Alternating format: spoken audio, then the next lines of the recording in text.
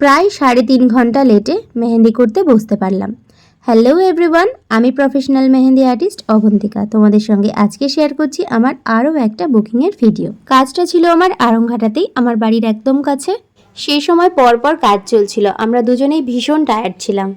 সোনিয়া আসছিল বগুলা থেকে 2:40 ট্রেনে, তাই ক্লায়েন্টকে ফোন করে জানালাম আমরা যাচ্ছি। ও বলল দিদি একটু দেরিতে এসো।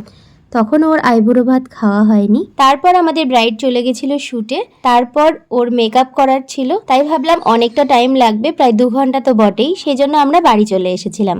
কাজটা যখন শুরু করলাম তখন টাইম হয়েছে প্রায় 6:30টারও বেশি। সোনিয়া খানিকটা কাজ করে বেরিয়ে গেল, কারণ অনেক রাত হয়ে গেছিল, ওর বাড়ি পৌঁছতে অনেকটা বেশি দেরি হয়ে যাচ্ছিল, তাই বাকি কাজটা আমাকে একাই করতে হলো।